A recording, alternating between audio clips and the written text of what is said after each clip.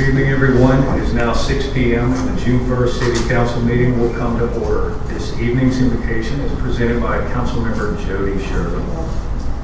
Thank you, Mayor. Dear Heavenly Father, we come to you tonight acknowledging that the leadership of this city is a sacred trust. We thank you for the provisions of a potential 6% increase in revenues based on information provided by the Pinellas County Property Appraiser. We ask you for wisdom to allocate these resources exactly where they are needed most within the city. Lord, we lift up our community. We know many of our neighbors are frustrated by the tough choices we've had to make recently. We ask you to soften our hearts, to understand their burdens, and to grant them patience and peace as we navigate through this budget season. Give this council, our staff, and the mayor the spirit of unity, humility, and discernment. Help us to put personal agendas aside and work with one mind to serve every citizen in this city. May all that we do tonight bring honor to your name and lasting benefit to our community. In Jesus' name we pray. Amen. Amen. Thank you, Councilmember Shirley. Now, please rise and join me in the Pledge of Allegiance. I pledge allegiance to the flag of the United States of America and to the republic for which it stands, one nation, under God, indivisible, with liberty and justice for all.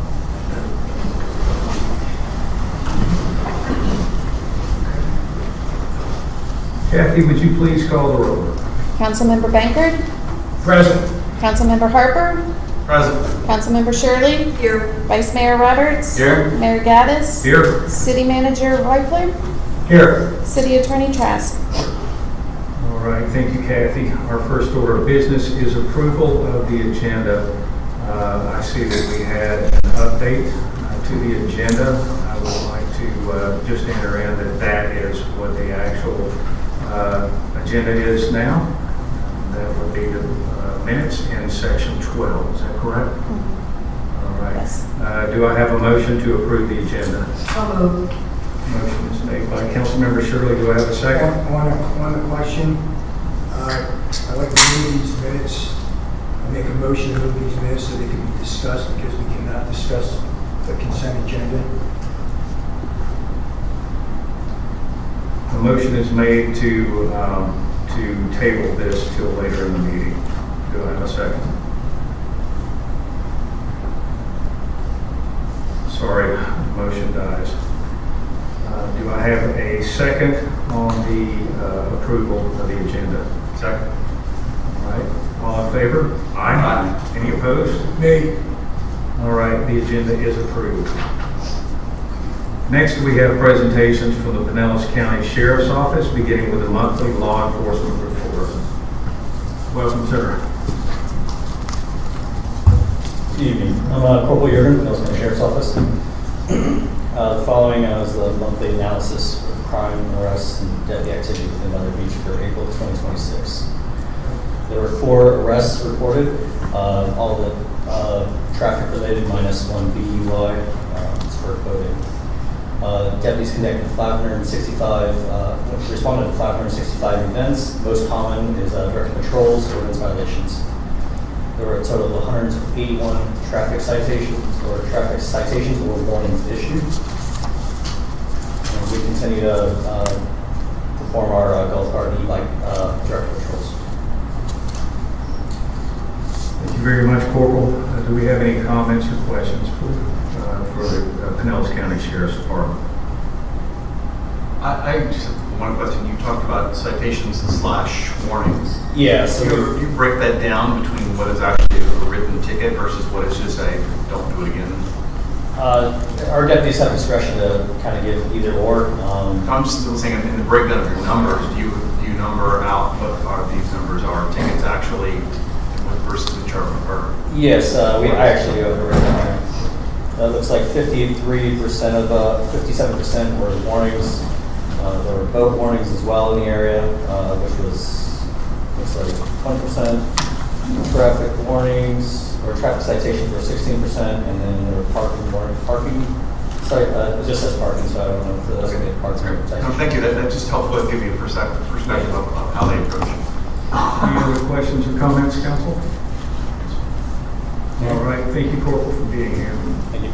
All right, now we're on to, I don't have a question, but I just need, I have a question for Kathy. Bring it down, this one is not down. Oh, sure.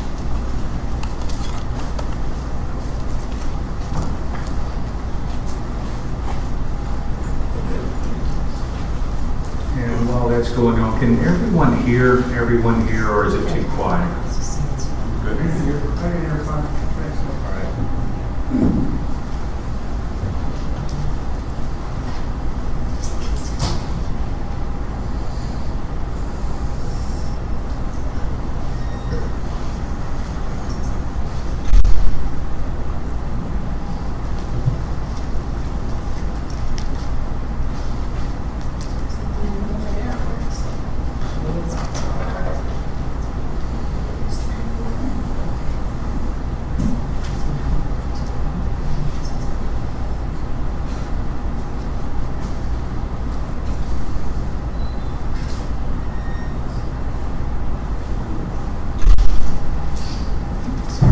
Are we good? Yes.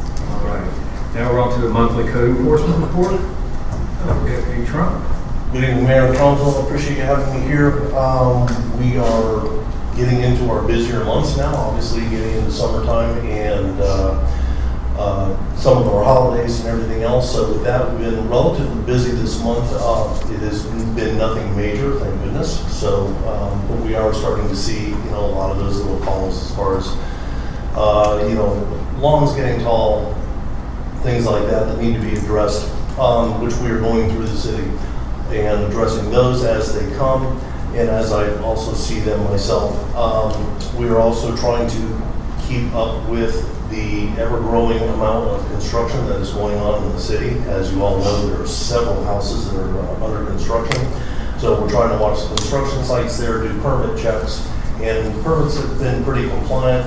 We've had a couple minor ones with just some addition that didn't have proper permitting, but we've had good compliance as far as getting that straightened out. But we're trying to watch the construction sites to make sure that they are keeping them, relatively clean, knowing that they obviously are construction sites, but we're trying to keep them relatively clean, keep the curbs swept up and things like that.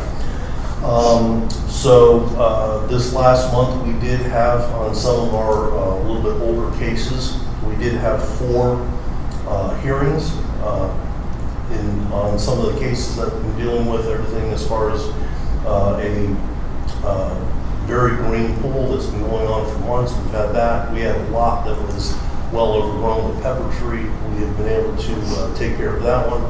And we have 2 other homes that are having just some minor issues.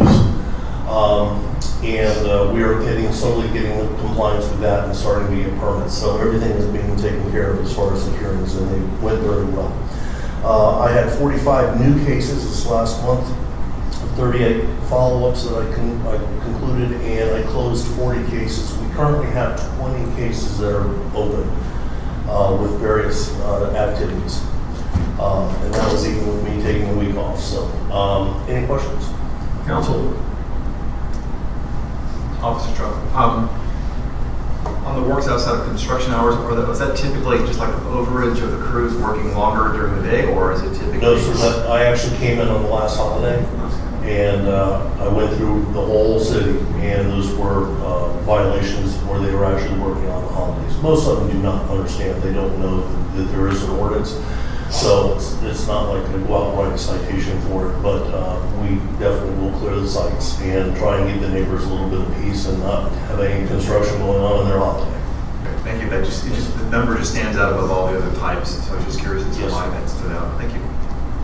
Any other questions or comments? All right, thank you so much for being here. Thank you, sir. Right now, we're up to item number 3, presentation from Pinellas Suncoast Fire and Rescue District. Welcome, Chief Bryant. Thank you. Good evening, Mr. Mayor and Council. Give me a second to good stuff.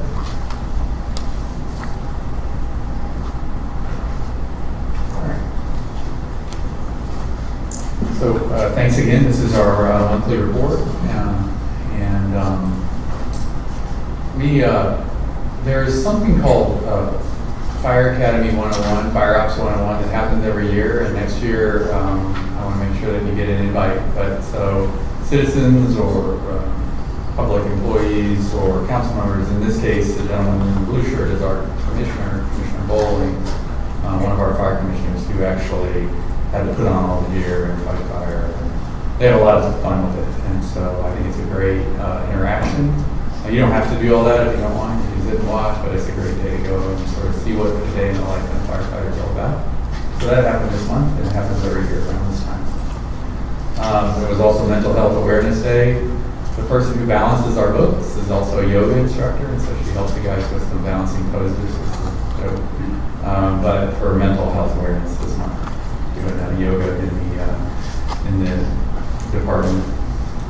Y'all probably heard about the boat fire on Egmont Key. I know it's not in Bel Air Beach, but our fireboat was the only working fireboat in Pinellas or Manatee County that actually responded. So you can see them here. This is on Egmont with hard suction, which is sucking up water, and the line going off the front of the boat is supplying water to the fire. So we were there putting out that fire. We did have a fire on the mainland. It was a garage fire. It was from a lithium battery, but not an electronic vehicle. But I'm trying to give more action, photos in my presentation. But what this really shows is the difference between great tactics and losing a house. So I've been on many fires where a fire in a garage like this, our firefighters, instead of applying water to the front of this fire, which is sort of what your knee-jerk would be, they entered through the front door and then pushed the fire back out of the house. So I've seen actually in Pinellas County many times where if you do it wrong and push the fire through the building, and then the house is unoccupiable. In this case, saved the entire structure and limited it to the garage by the aggressive use of really good tactics. And there's nothing better than the fire to make it once you guys feel great. Guys and gals actually did feel great about their work, so this is after the fire. I put the statistics in there for you guys, to review. It also has the other jurisdictions in there.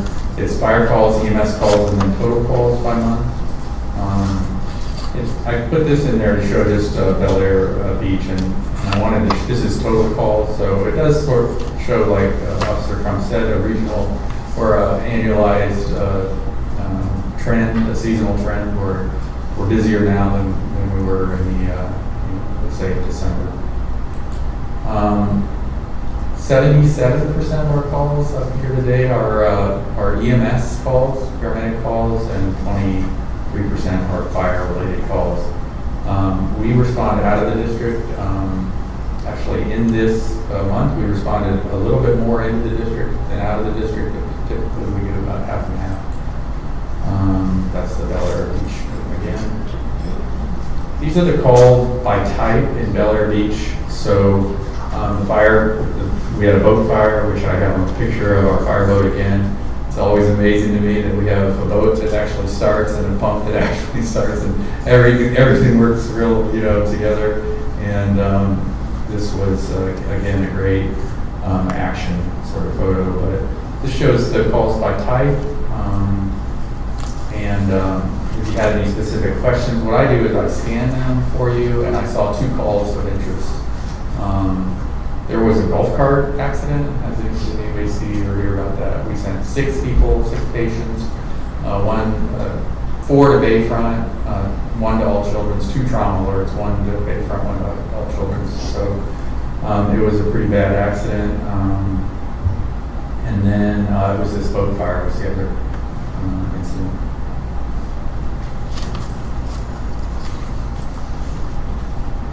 Just people wonder what, I have a few training photos as well, but what firemen do in their off time, they spend many, many hours training. Our training chief, this is him teaching in Clearwater, and then these are our firefighters doing both firefighting training, and this month, because we're coming up to the busy water season, again, it's all about boat, but the pictures there, and we refreshed our marine rescue training this month in preparation for the summer. Around the district, our projects, 28 is gone vertical. I've got a couple pictures for you. So that's the station on the mainland. Our next date, really, that's significant, is when we move in January. We received a grant, and we're still working on getting a contract with the state to fund that grant, but to renovate our station down on the Narrows. Station 26, the Tiki Gardens, the county agrees in concept to allow us to transfer the Tiki Gardens use, a part of it, to us, and so we're going to build Station 26 there, move it from where it is, which is it's in almost a motel type environment. It's not a fire station, so it's going to move there. We're going to build a real fire station. It's exciting. And then Station 75 is what your station is called, the one up here. We again, the concept of buying the house, and we're in the process of renovating the house. It's got all new windows, all new electrical, all new plumbing. It's air conditioners are hung, and it's the picture of this greenhouse here on the right-hand side. And so we will be in service there October 1st. And again, we love that story because it's a $7 million savings to the taxpayer. And I just got an email today from somebody that, oh, since stations are now $10 million, we really got to think about this. And I say, I'm on my soapbox that no, what we have to say is no, we're not going to spend $10 million to build a station for 3 firefighters. We're just not going to do it. So this is the construction of 28 on the mainland. It's really coming along. Again, January 1st. And then we don't just save lives or the property, but this is our division chief of EMS. He's saving this turtle crossing the street. And with that, I'll ask if you have any questions. Council, any questions for Chief? I guess, Councilmember Baker. Two things. Do you know why that golf cart accident occurred or anything like that? I do not know the details of it. I don't know if maybe the sheriff's department would, and I can find out. And try to figure it Yeah, I out. just wondered, because it was at the end of my street. Okay. The second thing was, you showed pictures of the firemen, like, doing stuff. You guys came out in the heat last year and helped us sod 3 lots. And Oh, wow. we really appreciate that. Oh, I mean, that's the 3 good. beach lots. That's really great to hear. Yeah, I mean, they worked hard. Yeah. We've got a great group now, and Yes, you do. we're really happy. We love being part of the community. So we thank you for letting us serve, and please let us know how we can serve better. I saw Deputy Trump standing up back there. Did you want to address that one question?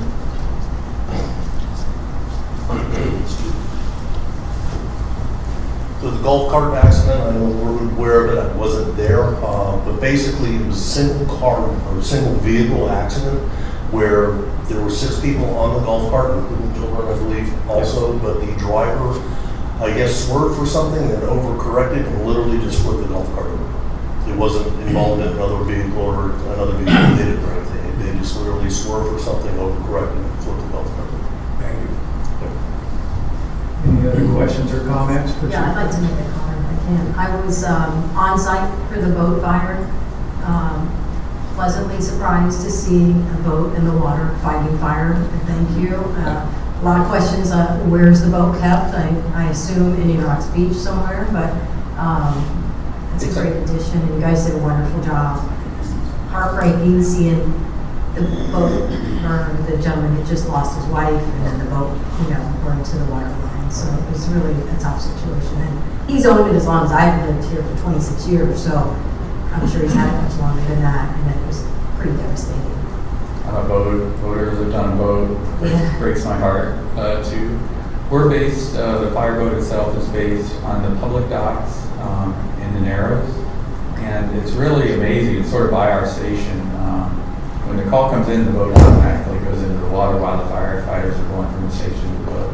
Yeah, they were there, the boat was there as quick as the truck was there. That's They good to were hear. amazing, yeah, they did a great job. That's good to hear. Thank you. Yeah. Yes. Chief, I just want to compliment you on the statistics. And you can tell I'm an analytics, so I appreciate the numbers and the granularity. Thank you very much. Thank you. If you want more detail or a spreadsheet of them, I'll be happy to just email you. Thank you. Any other questions or comments? Yes. So Chief, what was the feedback or comments you may have received from the firefighters with moving towards with the hybrid approach. I was just curious, how do they feel about the residential renovation versus the standard firehouse that we typically build? They love it. The thing about a modern station is in order to get it to cost $1,000 a square foot, you have to make it industrial. And so it doesn't feel like they're supposed to go to the residents and rest. And so we really approached it as not only is it fiscally responsible, it's also better for the firefighters. There's a big trend right now to have the fire area where they hang out to be cancer free. So free of exhaust fumes, free of the carcinogens that are in the firefighters' gear. And so, like in the modern station in 28, they have to build in buffer zones. So there's a green, yellow, red area. So the apparatus floor is red, and then they have to go through a transition room that has a certain airflow, and then go into the main station. This eliminates all that. We're building a very robust shower and decon area, so they can walk into the house and be completely free of any carcinogens. Firefighters have a higher risk of cancer. In fact, the Florida State Legislature just passed more legislation about firefighter benefits because the cancer rates are so high. And so this helps with that too. So the firefighters actually love the house environment rather than an industrial feel. That's great. Well, and hopefully this can be replicated, throughout the state and beyond. So it sounds like a great idea. Yeah, thank you. I have a background before I did this. I was president of the Historic Preservation Group. And so I'm really focusing at fitting into like our mainland station. I'm not totally happy because it's out of mass and scale, but if we can do these type of things, it fits the mass and scale, and if it's the neighborhoods, we're part of the neighborhoods. Well, I have houses that I've seen now, or fire stations that are actually look like a house. They just have big garage doors, and that's where I want to go. All right, thank you. Thank you. Any more comments? All right, thank you for being here. I greatly appreciate you coming here every month and giving us these expansive or extensive reports because we're not used to this, so it's really cool. Thank you very much. Hopefully we'll get you used to it. Thank you. All right, now we are up to item number 4. It's a presentation from Whit Blanton of Fort Pinellas. Welcome, sir. Good evening, Mayor and council members. I'm Whit Blanton. I'm the executive director of Fort Pinellas, and I'll keep things pretty informal today. Thank you very much for giving me a little bit of time on your agenda. I believe in your materials you have a presentation, but I think I just want to talk a little bit about a few of the items there. I've been trying to go around to all the cities every year, every couple of years. I think it's been a couple of years since I've been here. But I did want to just let you know what Fort Pinellas does and how we work on behalf of all the local governments in Pinellas County. We are both the Metropolitan Planning Organization and the Pinellas Planning Council, and we fulfill the county's charter for countywide planning.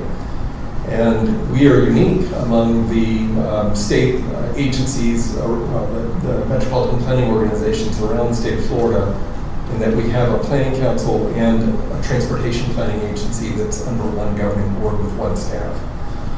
We provide a lot of technical assistance to local governments. In fact, we are working with Bel Air Bluffs right now on a pedestrian safety and access plan for their commercial area just across the bridge.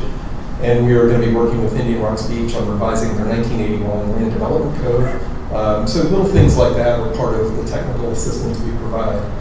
I have a governing board of 19 elected officials. It's a lot larger than it used to be, but we've expanded that board to ensure broader representation among the county elected officials. And the Big C, the Barrier Islands Government Council, has a voting seat on our board. It's represented by Mayor Brooks from Madeira Beach. Every year, Fort Pinellas adopts transportation priorities for Pinellas County. We have an annual list that we'll be approving next Monday. And that goes to the Florida Department of Transportation, and the DOT looks at that list and they fund as much as they have revenue to fund and add those projects to the 5-year DOT state work program. So we have quite a bit of projects, about 65 different transportation projects funded in the 5-year work program. And they range from a sidewalk project in Indian Shores to major interchanges on US 19 and the new Howard Franklin Bridge that just opened, express lanes. So they can be many millions of dollars or they can be several $100,000 projects. We do also offer a local government grant program that is available for every local government. We can do planning activities or we can do construction projects with that grant program. It is the use of our federal dollars. And we have allocated funds to St. Pete Beach and to Madeira Beach and Treasure Island for various projects through that grant program. So our application process will be open this summer, typically around July. We evaluate those project recommendations and the board provides funding for those come March. So if you're interested in that, we'd be happy to have a further conversation with you about that. Importantly, we are having a conversation with our partners in Hillsborough County and Pasco County about creating a single transportation planning agency for the Tampa Bay region. At least there's 3 counties in the region. That merger discussion has progressed pretty far. It was initiated by the Florida legislature in 2023 that required that we look at a feasibility study of merging our organizations. We now have a structure in place for doing that, and today we distributed a draft set of bylaws and interlocal agreement to the county commissioners, and I'll be sharing that with my board next week for them to review. If we were to merge, it would create a stronger, more unified regional organization that could better advocate for transportation funding throughout Tampa Bay. And as we've had this conversation, we've been very careful that by going regional, that we're not leaving any of our local governments here in Pinellas County behind, because we feel very strongly that that local touch and local connection is incredibly important in the work we do. So I've created some frameworks that we would have staff still embedded in Pinellas County, perhaps still as part of the Pinellas Planning Council, to work on more local issues, while some of our staff would be more regionally focused. In moving that conversation forward, we also have to have a conversation about the Pinellas Planning Council and how we carry out that countywide planning charter. Because the board of the Pinellas Planning Council in state statute is the same as the Metropolitan Planning Organization.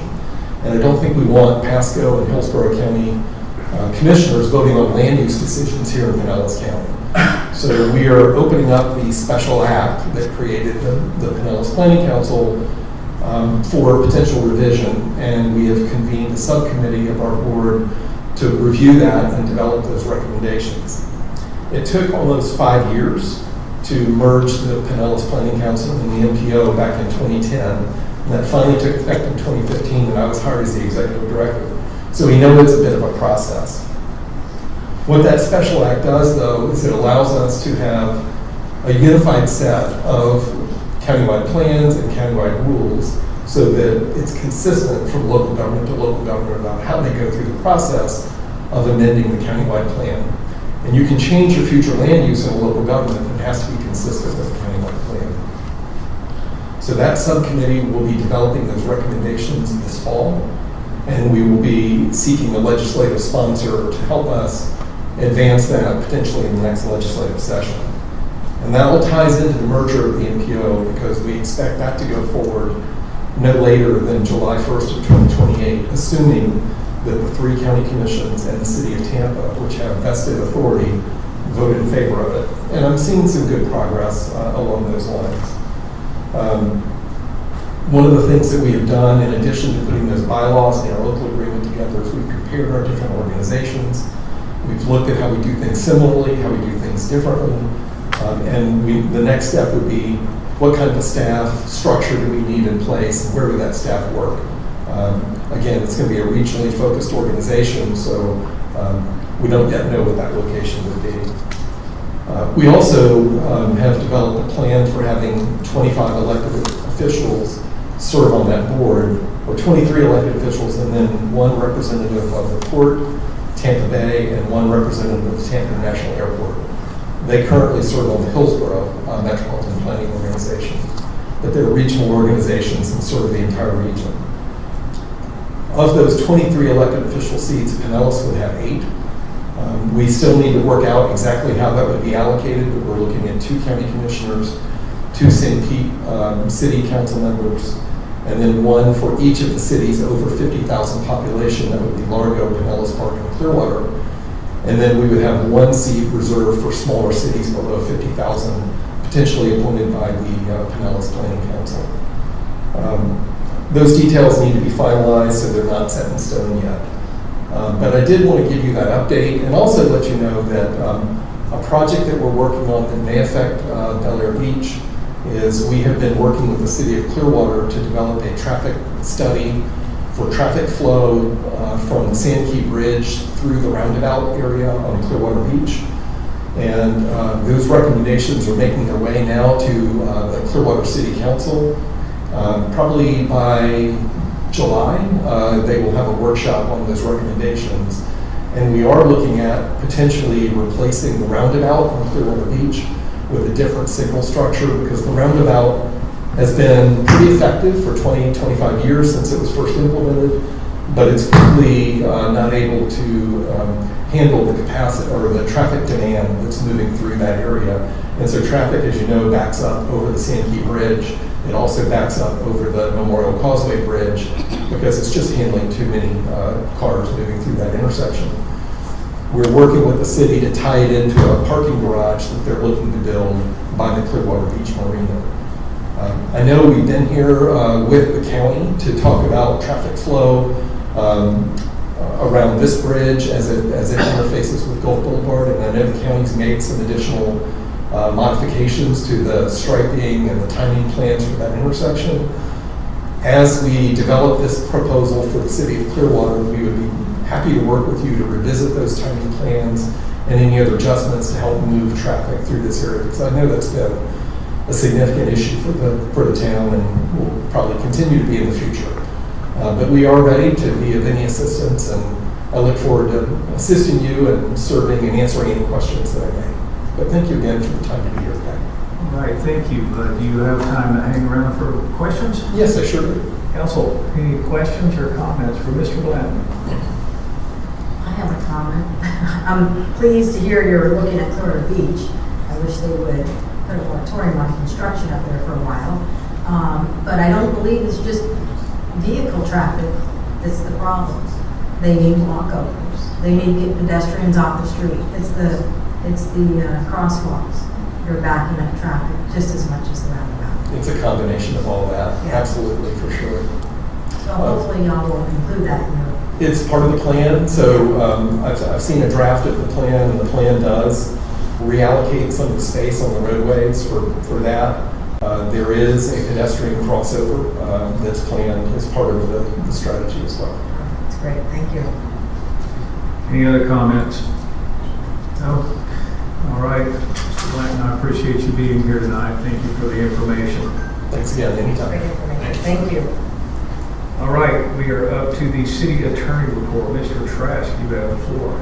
Thank you. Just to update you, I have been preparing the ordinances that I've been given direction to prepare relative to the workshop agenda items that have been discussed over the last 2 months. The majority of those ordinances have been prepared.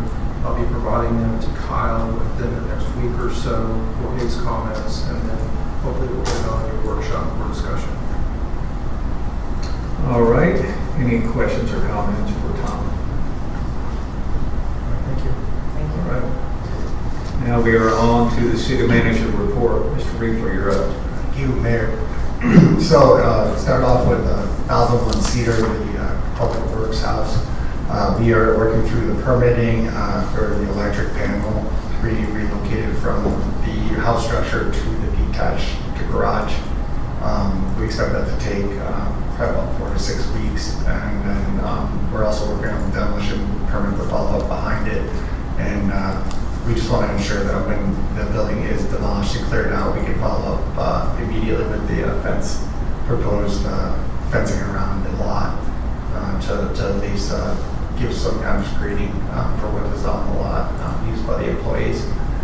The code reviews, we are to the point where I've sent all the draft ordinances to Attorney Trask, as he mentioned. So I expect that we'll be doing some first readings in the July meeting.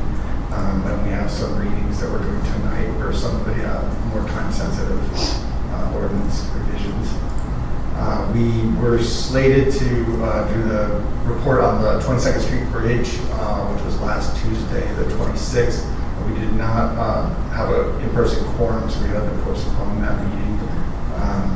So I have it rescheduled for a presentation on the same night as the budget workshop on June 22nd. And we'll also continue to discuss the new objectives and planning for the updates to the strategic plan as well as our budget planning. The underground project materials are in the lot for J&M, which is subcontractor who's installing and doing the boring, and they're expected to return within 1 or 2 weeks to finish up that conduit. And then we also have identified some of the damage at Gulf Boulevard and Harrison, where some of the larger boring machines were sitting for a period of time where they have identified the damage and they are going to restore it with the county following the project. So in case anyone was inquiring about the damage. And staff did another grading assignment for the escarpments on the beaches. Those are the ledges that are formed from when the tide washes up onto the replaced sand and it cuts it away, creates an erosion shelf. We get reports sent to us from the conservation program.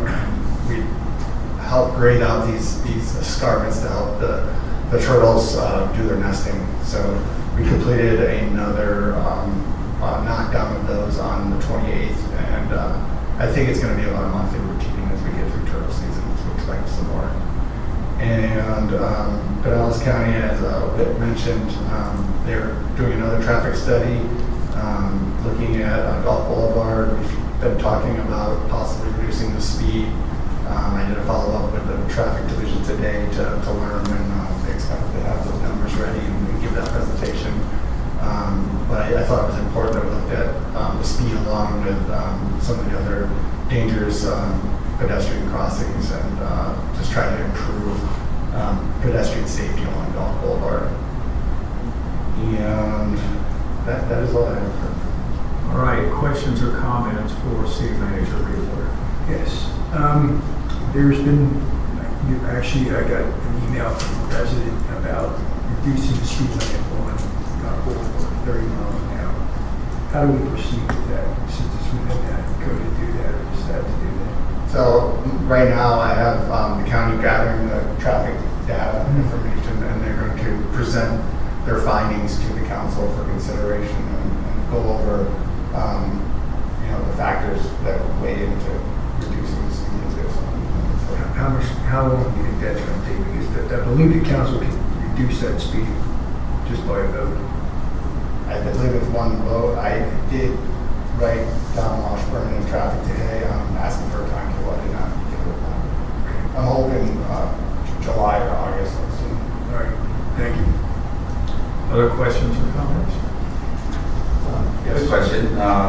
On the advanced pedestrian crossing signals, so I guess we just took one area, like 19th Street, and they gave us an estimate of 12,000. Did they explain at all what that might entail? What are we getting for that? So that is it's a similar signaling system, but it's more advanced. So it's another step further away. Okay, so it's a two-step? Yeah. We get a pretty multi-step process of making the driver aware. Thank you. All right, thank you, City Manager Riefler. Now we're up to the city clerk report. Stonesbury. Hi. My report is in the packet. Attended the city council meetings. I also attended the Big C in Madeira Beach. Prepared and finalized meeting minutes for multiple meetings this past month. Processed the records requests that have come through. Preparing the newsletter that will be going out this week.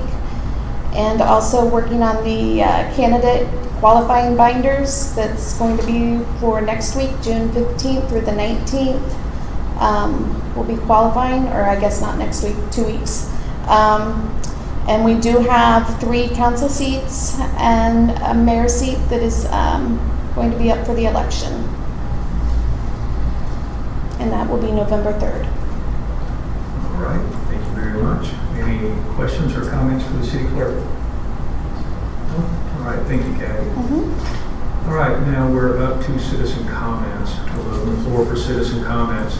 This is the time for members of the community to address the council on any matter not currently listed on the formal agenda.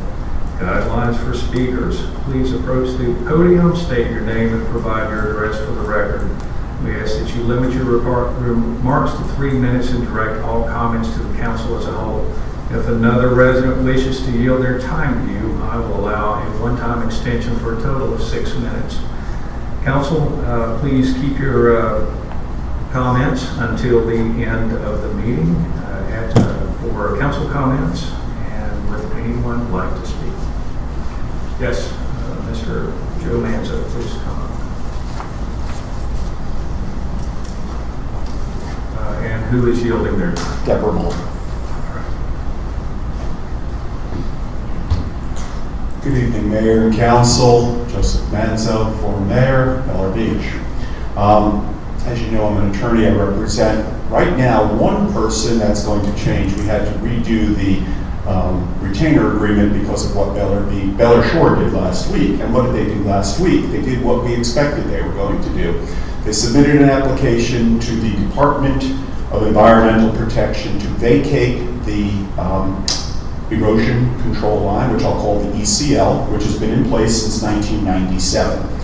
If you don't know what that is, there's an imaginary line in the sand. You could actually see a map of this if you go to the property appraiser's website. And it starts at the beginning or the south end of Bel Air Shore. That house has about 100 feet of private sand, and it extends all the way to the north. When you get to the Ryan Howard mansion, they've got about 5 feet of sand, maybe 10 feet of sand, and it's kind of a nice diagonal.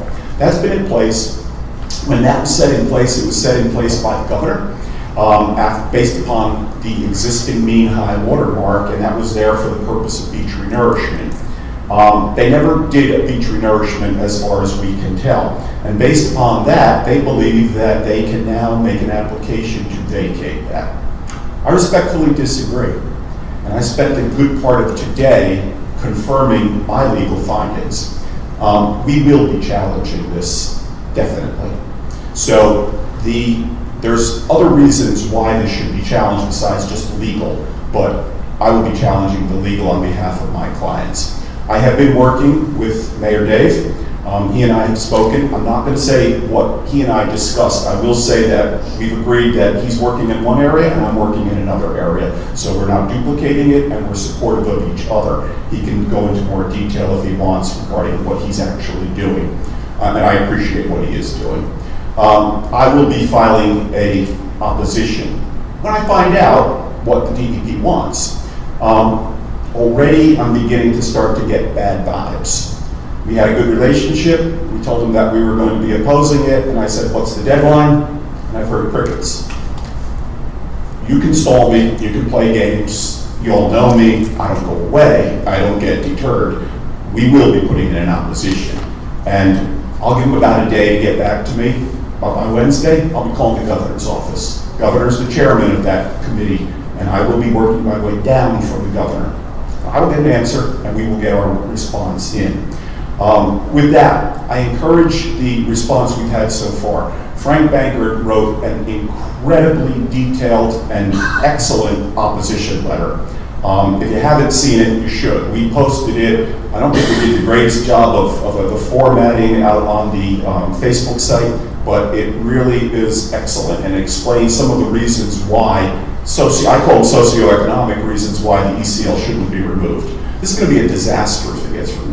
Because what happens is you go from what's a fixed line that doesn't move to this mean high water mark, and the mean high water mark is a 19-year moving average. And nobody knows where it is, and it has to be set by surveyors. It makes the sheriff's job impossible. And if just talking to Deputy Trump, you arrest somebody and you think that they're in the wrong spot, and it turns out they were in the right spot, you just got a lawsuit for a false arrest.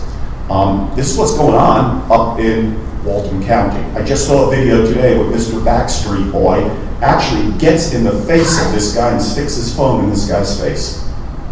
That's going to lead to violence. That's going to be a problem. And this guy almost punched him. I saw the video today. So this is what's coming. And we don't want it coming. okay?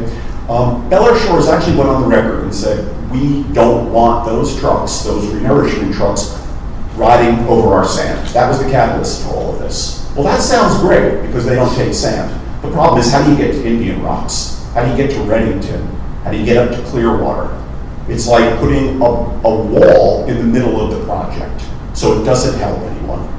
Top of that, they don't like those damn sea turtle people. They don't want those sea turtles relocated there. Well, we love sea turtles, okay? We like manatees, we like dolphins in Florida, and we like sea turtles. But, you know, there's actually an interview in the newspaper where they call the sea turtles trespassers. And I'm not kidding. Look it up in the Bel Air Bay. Sea turtles are trespassers. This is just some of the reasons. These projects are going to become enormously expensive to the point maybe where they can no longer be done if you have to start moving heavy machinery out. So we can't support this. Now, Daniel Story, the vice mayor, and I had a nice conversation. He told me he had a map that showed the mean high water mark. And they expect that, he said, that he's going to lose some ground on his property in terms of private land, but they're going to gain in the north part of town. I think that's right. Ever since I've lived here, the northern part of town has had a lot of dry sand. You go outside the Ryan Howard mansion, it's always been dry sand. Right now, there's maybe 5 feet of private sand. By the time they get done, there'll be maybe 60, 70 feet of private sand. We don't know exactly, and that's the problem. But I will tell you this, I've been working with these people, I've been working against these people and some of the stuff they've been trying to do. They're not doing it for our benefit, folks, okay? They're doing it because they think they're going to get more private sand. And I don't like this idea that you're going to block the heavy equipment, and I don't like this idea that you're going to actually impede sea turtles, which like 1 in 1,000 actually survive. So we're going to oppose it. I ask that everyone in this town do their best to oppose it. Kyle, I thank privately, I'm going to thank him publicly, made our facility available. We had 100 people in here or more. We filled the house with concerned citizens. For once, I see that there's a fight in the belly of the Bel Air Beach people. That's good. You keep fighting, and I'll fight with you. But everybody wants to go home and watch basketball. I'm not going to do it, guys. I got better stuff to do, okay? So everybody keep the fight up. And to the council, we welcome your involvement. One person, not enough. I want to see 5 people. This got an election, I'm not running, don't worry. But this comes down to one word if I was running, beaches. Fight for it, guys, okay? We appreciate your help, appreciate the time that you've given us, and keep up the fight. Thank you. Mr. Manzo.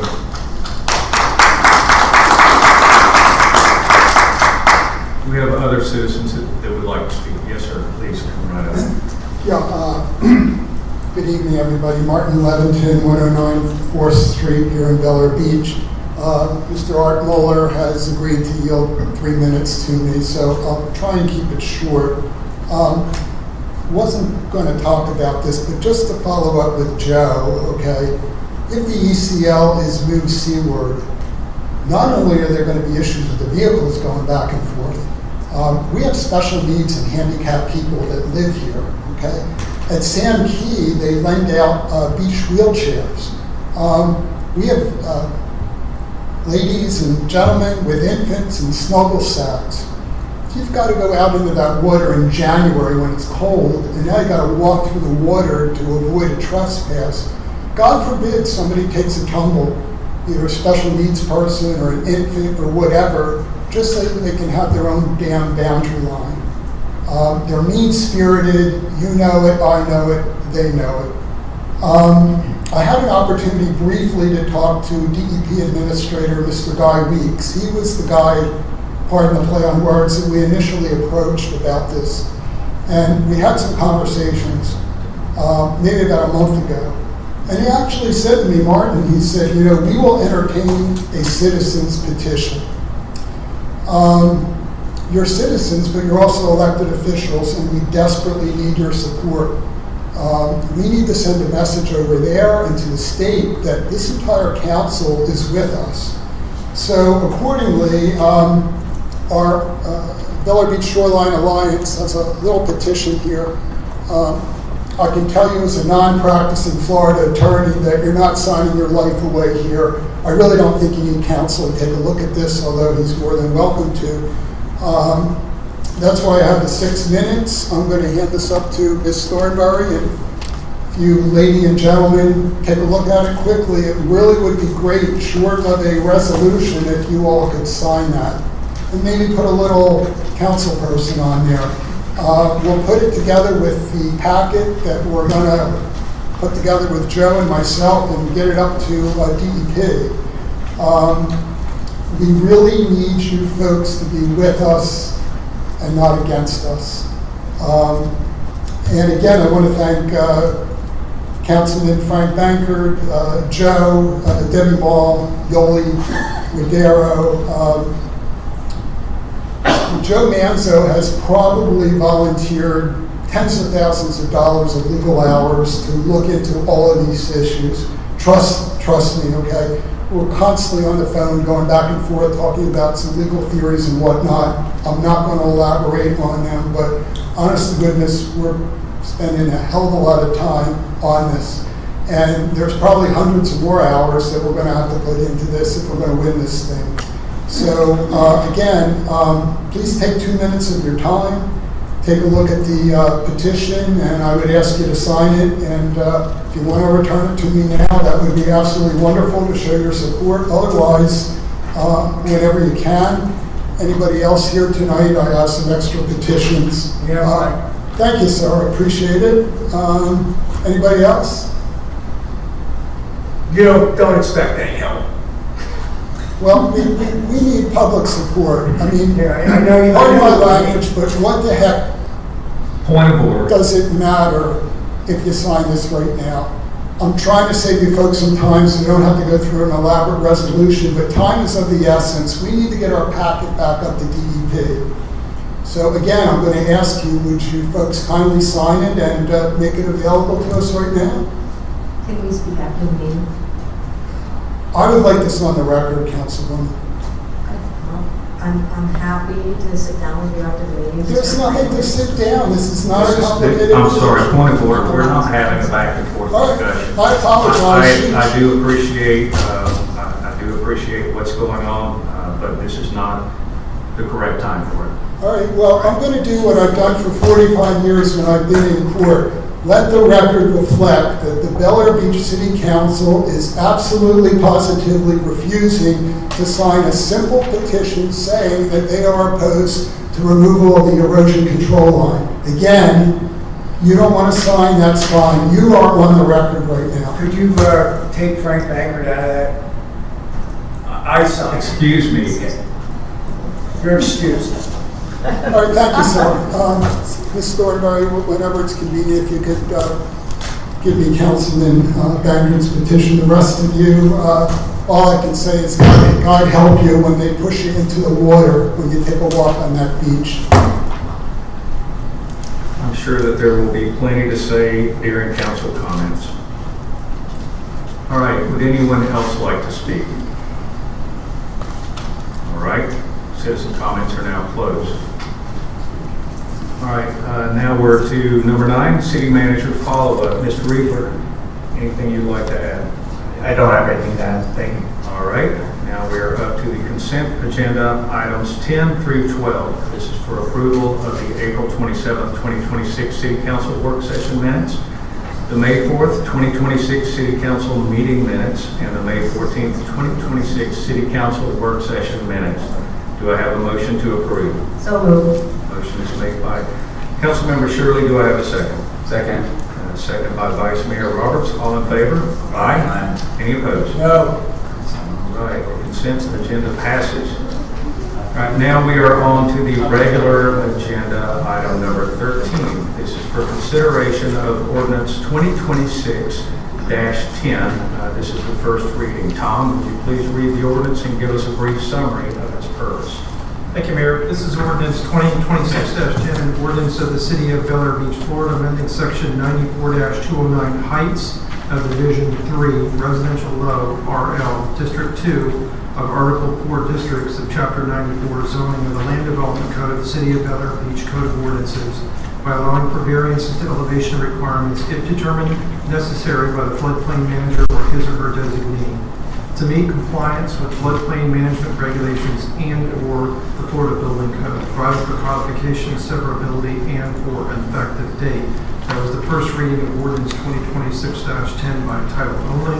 On page 2 of the ordinance under section 1, you'll see that you're changing the last sentence, which prohibited variances to be requested or granted, and this allows for the floodplain manager or his or her designee to determine whether or not a variance is appropriate. So you're just giving the property owners a little bit more of an opportunity to provide for variances if needed.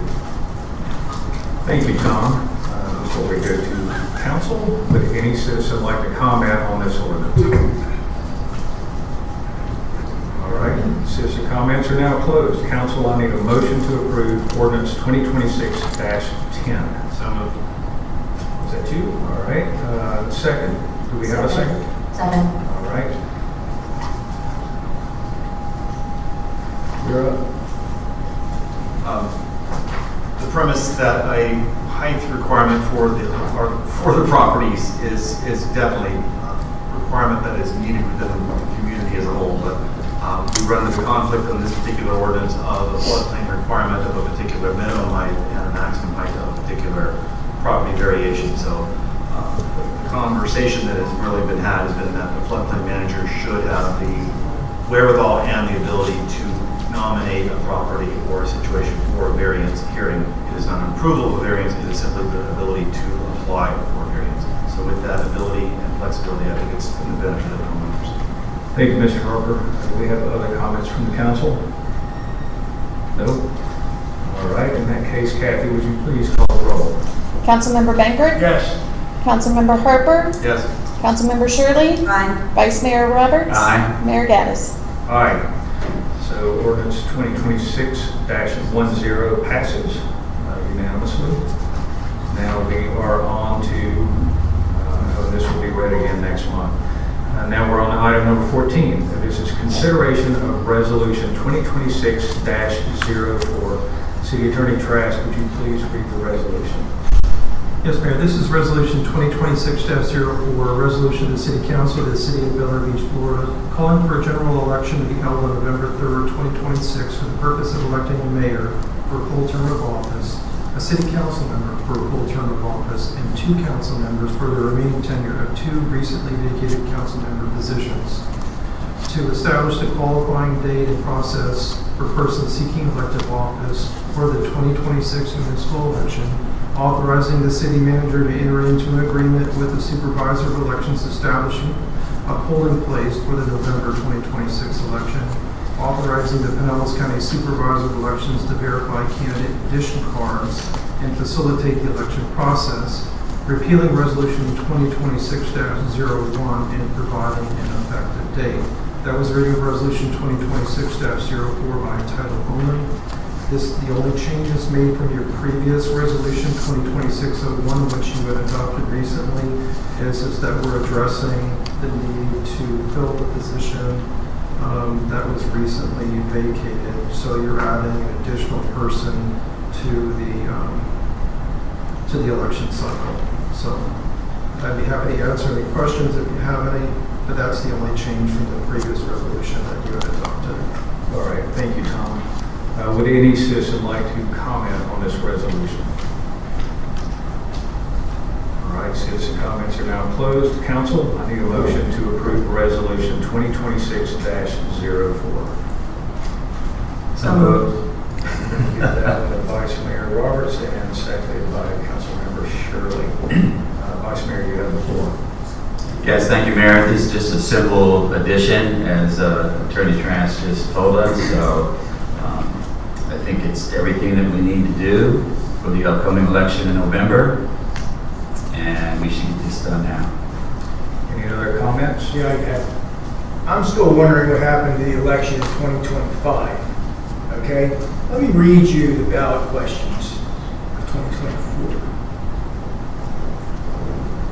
Shall the city amend the charter to prohibit council members, including the mayor, from serving more than 3 consecutive terms as opposed to existing limitations prohibiting council members from serving more than 2 consecutive terms? That passed overwhelmingly.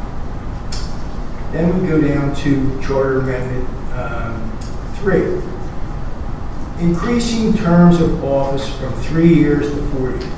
Shall the city amend the charter to provide that each individual term of office for the city council members, including the mayor, shall be 4 years, as opposed to the existing 3-year terms, beginning with the officials elected in 2024, and amend the regular election cycle to accommodate the longer election terms. Our charter is specific, okay? I'm the only elected official up here. I'm the only elected official up here. All these guys expired last year. How's that happen? How that happened? Because we changed the ordinance, okay, in the charter, okay, without voter referendum. There's a case, you can pull it up on Google, it happened in Miami. They tried the same thing, the Third Circuit Court threw them out. So this is, we had a morality class last month, okay, on Frank Bankert being censured, okay? But we have this whole council up here that's illegal. So I am dead against this. I beg to differ. You weren't actually elected at all. Oh, I was elected. You walked right into a spot. Read that the was- charter there again. was no I election. know you probably can't read unless Trask is telling you, but read the charter, okay? I'm automatically elected if nobody runs. Any other comments? Yeah, I'm making a comment right now. Read the charter that you haven't read. I have read the charter. Well, it hasn't absorbed. What's the point? What is the point? That's my question. Well, you made the point of order. What's the point of order? The point of order is that you're out of order. How am I out of order? What is the topic? The topic is the elections of 2026. Correct. So why are we Okay? talking And I'm bringing up the election of 2025 that never occurred. That's the point. What is your point of order?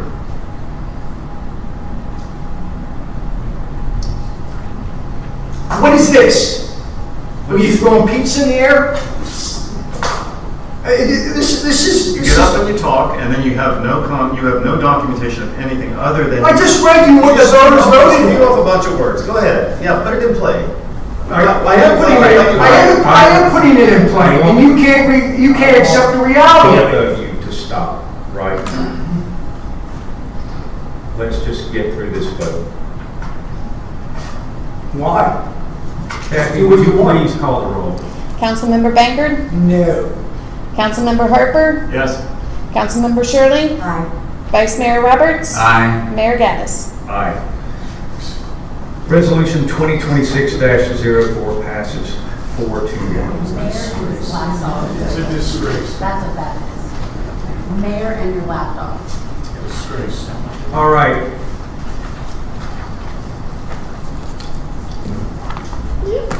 Next up, item 15. It's consideration of applications for city council.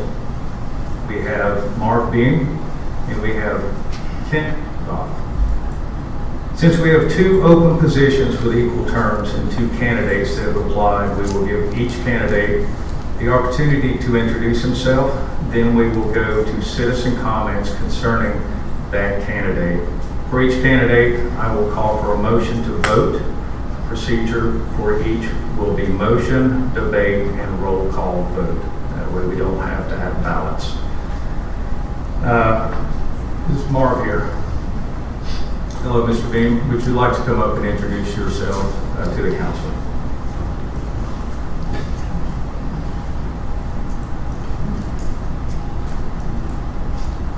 Marv Beam, Louisa Drive.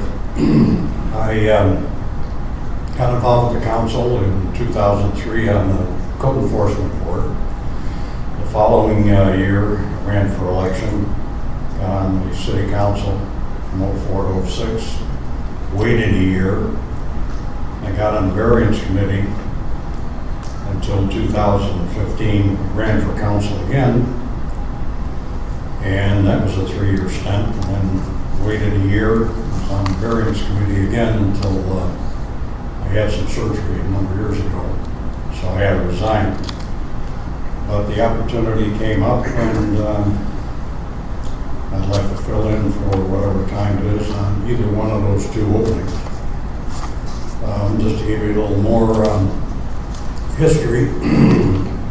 Retired from AT&T Lucent after 37 years as a building engineer or stationary engineer. I have the licenses to prove it.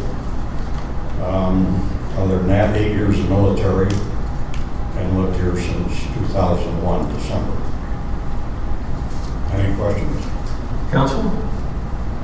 Mark, I want to thank you from day one when I was running.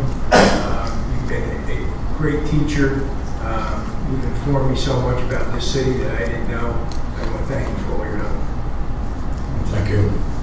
Any other questions or comments? I just want to say, I've worked with Mark over the years. He's been great, a great asset to the city. He has a lot of history, knowledge of the local community, and I would welcome you joining the committee. Thank you for stepping up. Thank you very much. I too have worked with Marv, and I'm hoping that we will get it back. Thank you, Mark. Next up, we have Kent Goff. Welcome, sir.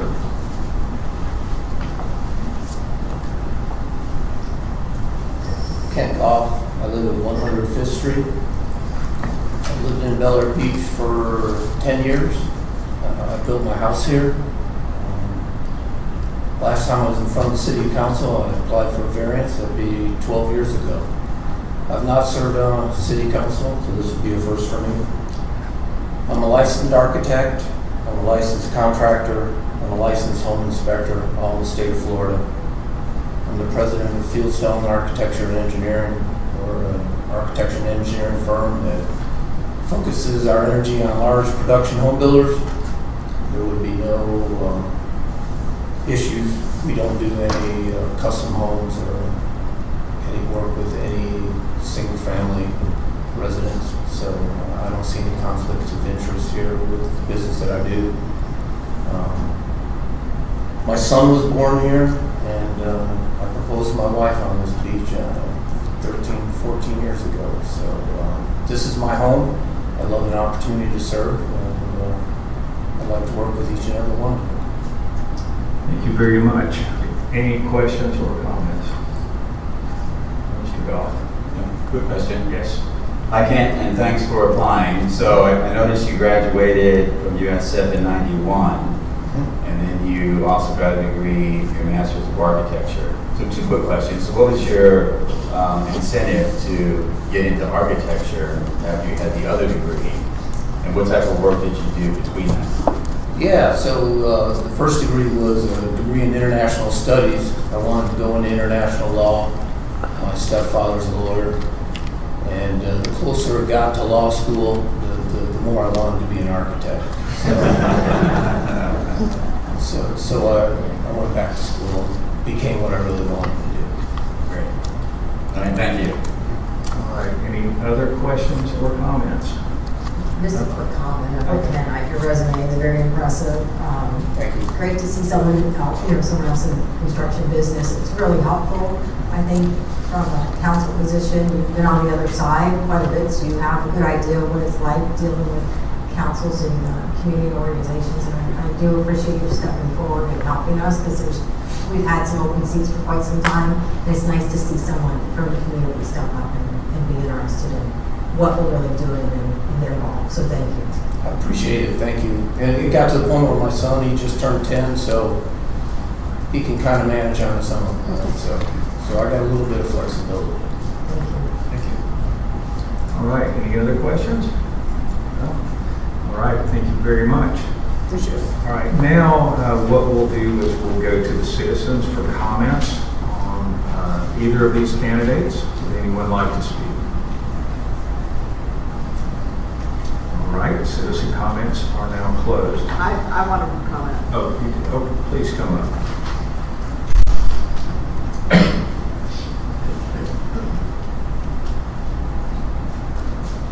My name is Darlene Gray. I live at 108 12th Street. I'd like to know from both of the men how you would have handled the situation where there are people on this council who were not voted in for this past year. I'm sorry, you are not addressing the candidates, you're addressing the council.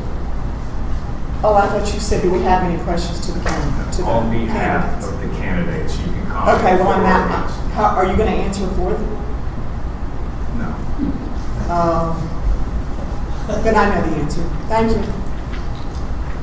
All right. Any other citizens like to speak? All right, citizen comments are now closed. Council, I'm going to need a motion to vote for Mark Beam to serve on the city council until the next upcoming election, which is in November. Do I have a motion? Motion. Motion is made by Frank Banker. Do I have a second? Second. Second by Councilmember Harper. Mr. Banker, do you have the floor? Mark's a great citizen, he was a great councilman. We'd be blessed to have him back. Other comments from the council? All right. In that case, Kathy, would you please call the roll? Councilmember Bankert? Yes. Councilmember Harper? Yes. Councilmember Shirley? Aye. Vice Mayor Roberts? Aye. Mayor Gaddis? Aye. So, Mr. Beam, welcome back. We will get you sworn in after the second vote takes place. And congratulations. All right, now I need a motion to vote for Kent Goff to serve on the city council until the next upcoming election, which again is in November. Do I have a motion? Motion. Motion is made by Councilmember Banker. Do I have a second? Second. Second by Vice Mayor Roberts. Mr. Banker, you have the floor. I don't know you. I claim to know you. I do know the work that you did on your house. It's beautiful. I can't believe we have somebody this young that wants to serve on this council. Thank God. I think you'd be an asset. Any other comments? All right. Kathy, would you please call the roll? Councilmember Bankert? Yes. Councilmember Harper? Yes. Councilmember Shirley? Aye. Vice Mayor Roberts? Aye. Mayor Gaddis? Aye. And congratulations, Mr. Goff, and welcome to the City Council. Now, Kathy, would you please do the honor of swearing in Mr. Beam and Mr. Goff? Would you gentlemen, would you mind, please stand up and come see Kathy. Raise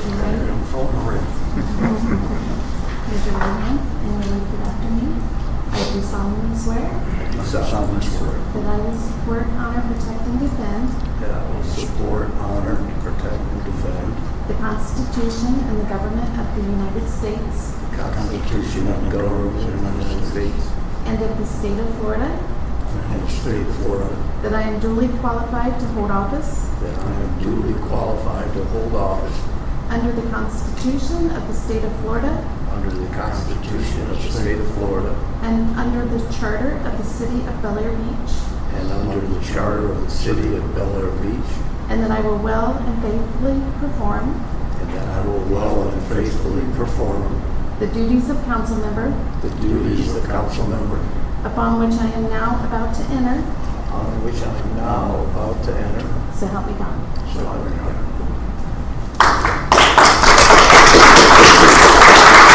There's still a couple of minutes in this meeting. If you'd like to come sit up on the podium, you can, but I won't make you.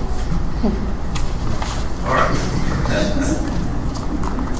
Now we're up to item number 16, which is unfinished business. Do we have any unfinished business?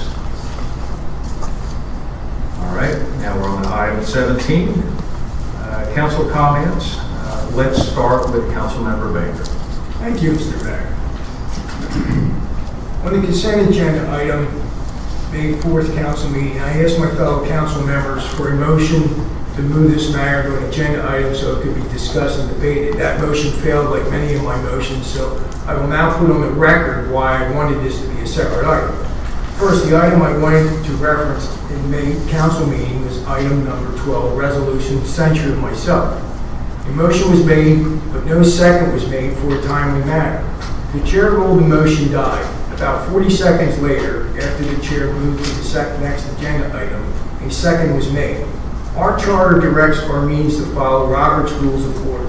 Once the chair ruled that the resolution died for lack of a second, the motion was no longer pending before council.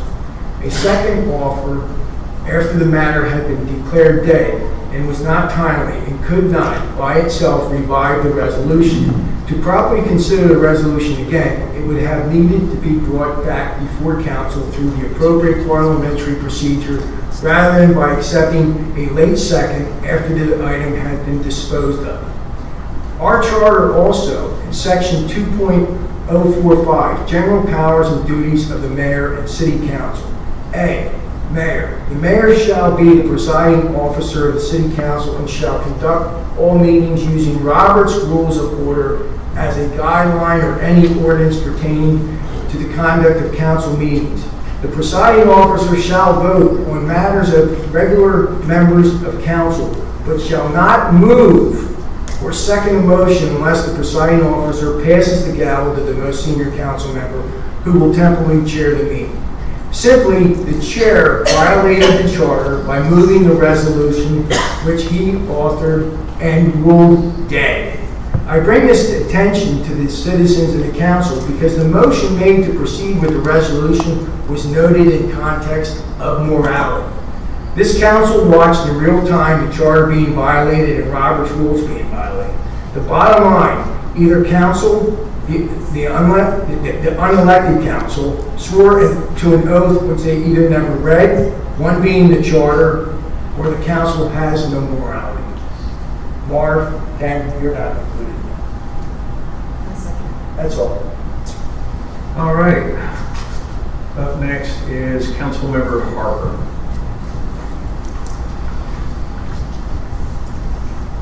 As we kind of go through this disagreement, as we look at the process here, I don't have a problem with the concept, I don't have a problem with the topic, I have a problem with the delivery. We want to talk about the ECL, we want to go to agreements, and we want to have committees, and we want to have alliances. Great, I'm all for it, and I'm willing to have that conversation, but if I was to walk up to you and say, here's a legal document, put your name on it. It's not a legal document. Don't ever tell me to put a document with my name and signature on it that you're going to represent legally unless I've had a chance to review it. Not a back and forth. So, bottom line is that I have considerations and concerns over the delivery, and I would like to address to the council the idea of workshop as it relates to what are the communication standards for the city and for the council as it relates to how we represent ourselves, not only to each other, but to the press. To be sitting on emails representing ourselves as council, but not including other council members in the emails and representing that to the press is not a standard that I want to adhere to and or be part of. Thank you. Thank you. Next up, Councilmember Shirley. Yeah, so I think it's clear that all of us on council are in agreement that the ECL line is a concern and something that we all support getting behind. But again, under pressure, I'm not going to be asked to sign something, nor will I sign anything. I'm open to discussing. We could not attend any meetings because that would be a violation of the Sunshine Law. All of us cannot be in a meeting where we might be talking about something we have to vote on. So there's some reasons behind that you may not understand why we can't attend these meetings, but that's a fact. And then I'll just quickly say, I was the one who made that second motion, and I made several attempts to be heard and could not get recognized. It may have been delayed, but it wasn't because of my lack of attempting to make that second motion. So, Mayor Gaddis provided the opportunity for me to be heard, and I appreciate that. Thank you, Mayor Gaddis. And to the new council members, welcome aboard. I appreciate your volunteering and being involved. Thank you. All right. Next is Vice Mayor Roberts. Thank you, Mayor. I agree wholeheartedly with both Councilmember Harper and Councilmember Shirley. We will address this issue in a workshop. I've contacted the state previously with DEP with similar questions regarding the infamous mean high water level. I've gotten various responses when I've asked them to define it. So this is not something to simply sign quickly without knowing and having a stable position to be able to defend and move forward. So the workshop, I think, is a great option, and I know we'll do that, and it will be successful. Thank you. And welcome to the two new council members. Appreciate it. All right. Thank you. concerning the resolution. The motion was actually made by Vice Mayor Roberts, not by the mayor, just for the record. Also, anyone that was at this meeting, they knew that there was Point of order, I thought we weren't supposed to be mentioning council people by name. there was a I didn't mention communication anybody by issue. Excuse me, I'm trying to speak. Got Roy, your I time. raised You a got point your of order, time. Roy. You got your time. I raised a point of order. Are you going to rule What's the point of order? that council is not supposed to mention other council people's names during city council comments? That's why I didn't mention anybody's name. Sure, I will, I'll accept that. All right, so during the meeting where the resolution was moved, it was not moved by me, it was moved by another council member. I cannot move, I cannot make a motion. I never have, and I would never try that. So you can say whatever you want to whoever you want to, but I know what the truth is. 1 hour, 37 minutes. Look at the tape. Now then, about this form, look, I am all for helping with this ECL issue. What started with something that I was trying to do that was going to be helpful and good for the community was completely turned against me. Now, I do have some pull, and I can help this community. But the problem is that it doesn't sound like you want it any certain way but your own. And putting any of us in a corner and saying, do it now, sign here, or you're going to get demonized in the middle of this meeting does not work well for me. So, smart thing to do for all of you is to take this form home and do exactly what it says. Return the form to any of these people. Never sign anything during the middle of one of these meetings without at least having the opportunity to completely read it. And I would still highly recommend that you hold off on signing anything because you're under duress whenever you're handed a piece of paper in the middle of a meeting. That's all I've got other than welcome new council members. I greatly appreciate you helping us out, coming in and making us 7 again. And I look forward to working with both of you. Motion to adjourn. Do I have a second? Second. All in favor? Aye. Any opposed? All right, good night. Can I get you to sign this? And just put your signature there, and then I'll notarize it.